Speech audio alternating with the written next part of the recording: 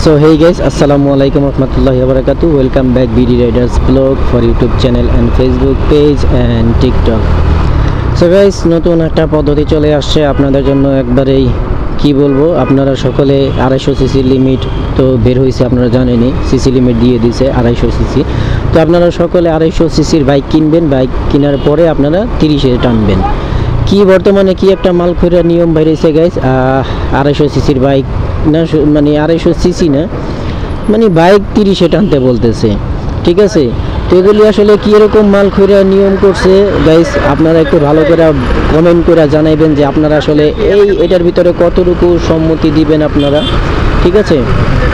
যে বর্তমানে 250 সিসির বাইক কিনে যদি আপনি 30-এ বাইক রাইড করেন, তাহলে 250 সিসির বাইক না কিনে আমি মনে করি যে একটা সাইকেল কিনা সবচেয়ে থেকে আরও বেশি বেটার হয়।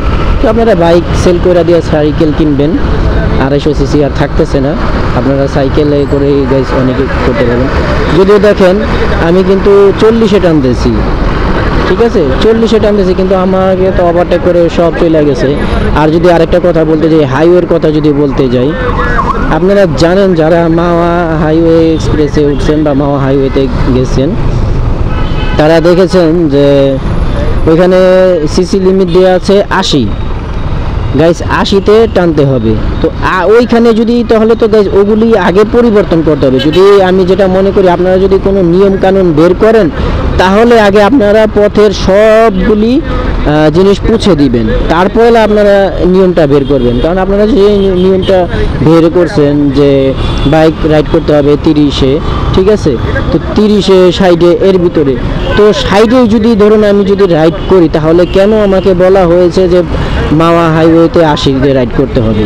কেন ওইখানে দেয়া হয়েছে মাওয়া হাইওয়ে 80-তে রাইড করবে? এটা আসলে কেন কেন কেন মানে মানুষকে এত ভোগান্তি, এটা তো আসলে ঠিক না। যে আগে থাকতে আপনারা নিয়মটা করছেন যে 80-তে বাইক রাইড করতে হবে, 80-তে চালাবেন মাওয়ার ভিতরে বা পদ্মা সেতুতে গেলেও, ঠিক না। তো এখন আবার কেন আপনারা 30 লিমিট দিচ্ছেন, 60 লিমিট দিচ্ছেন?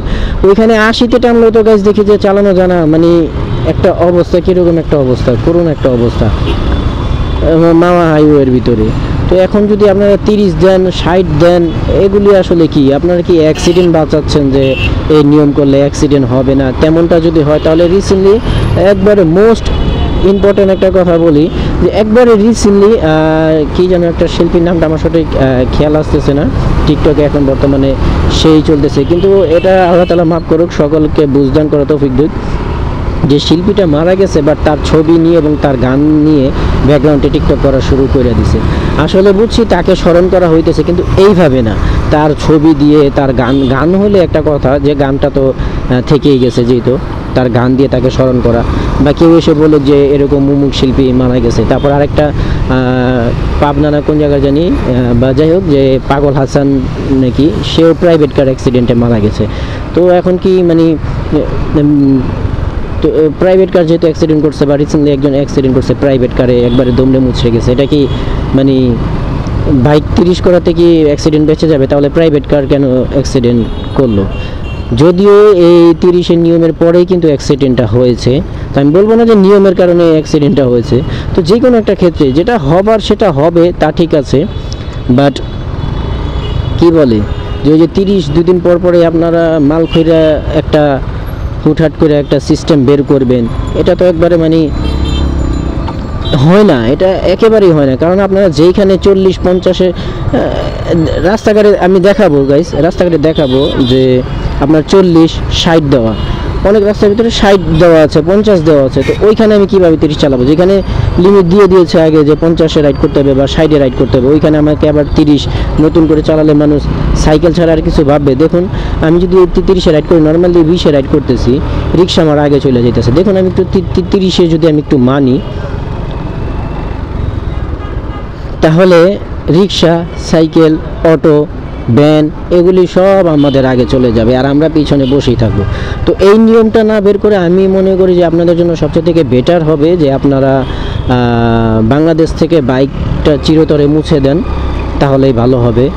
আর লাইসেন্সের জিনিসগুলি এগুলি খুব স্ট্রং করেন, বা লাইসেন্স দেওয়া বন্ধ করে দেন, কারণ লাইসেন্সের জন্য 1 বছর খাটছি, ঠিক আছে, বাইকের জন্য খাটতেছি, বাইকের মানে নিজের নামে রেজিস্ট্রেশন করার পর যা আরে ভাই কতটা প্রসেসিংটা লাগে, আপনারা আমার আগে ভিডিও দেখলেই বুঝতে পারবেন যে এত হয়রানির পরও যদি আমরা মানে পথঘাটে হয়রানি করি তাহলে মানে দেখেন কত হয়রানি হইতে হয়।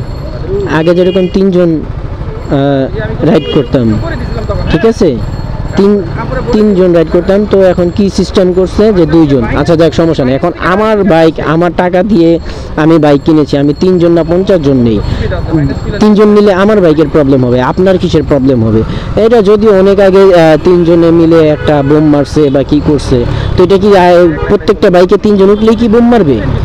মানে জিনিসটা বুঝলাম না, যে দেখা গেছে এখন আমার বাইকে 3 জন উঠছি, এখন কি আমার বাইকে 3 জন উঠার পরে কি আমার বাইকে থেকে কি বোম মারবে নাকি? বা অন্য কারো বাইকে যদি 3 জন উঠে, 3 জন উঠলে কি বোম মারবে নাকি? এই যে দাঁড়ায় রয়েছে, মানে সিসি লিমিট 30।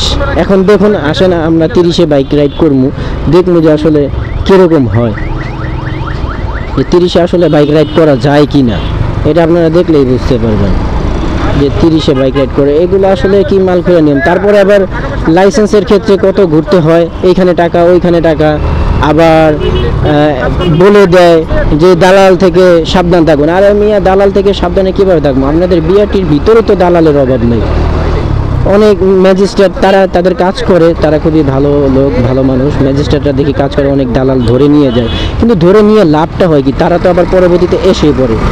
দেখা গেছে 1 বছরে তারা 1 লাখ মানে 1 লক্ষ টাকা গাইজ কামানো তাদের কাছে 1 বছরে কোনো ব্যাপারই না।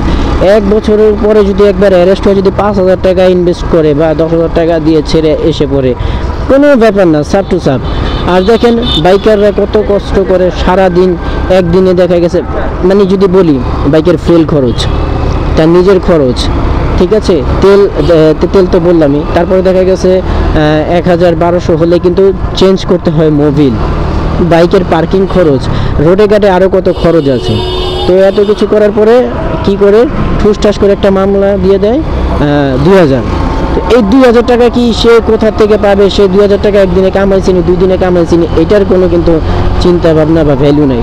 এই দেখেন ওই যে ওইখানে দেওয়া আছে 40, আপনারা যদি বাম পাশটা খেয়াল করেন দেখবেন এই পাশে দেওয়া আছে 40, তো এইখানে 40, এখানে তো ঠিক আছে, এটা হয়তো বা একটু ছোটো রাস্তা বা এখানে 40-এ রাইড করে যায়, তারপরে গাইছে আমার গাড়ি 30, 35, 40-এর ভিতরেই আছে। এইখানে একটা মানুষই আছে যে না এটা ছোট পথ দিয়েছে, 1/1 রোড দিয়েছে, এই কারণে 40-এ টানা যায়। কিন্তু আমি যদি মানে বড় রাস্তা যদি 60-এ টানি, এখন কিন্তু আমার বাইকের সিসি 40-এই আছে, তারপরে ওই যে এই গাড়িটা না থাকলে কিন্তু 50-60-এ উঠে যেত। কিন্তু কি একটা সিস্টেম করলো যে 30, মানে এটা আসলে কতটুকু যুক্তি সম্পর্কে আপনারা কমেন্ট করবেন, কমেন্ট করে জানিয়ে দিবেন। এটা আমি আর বেশি কথা বাড়াবো না, যেহেতু মাগরিবের আজান দিচ্ছে, তো আপনারা কমেন্ট করবেন।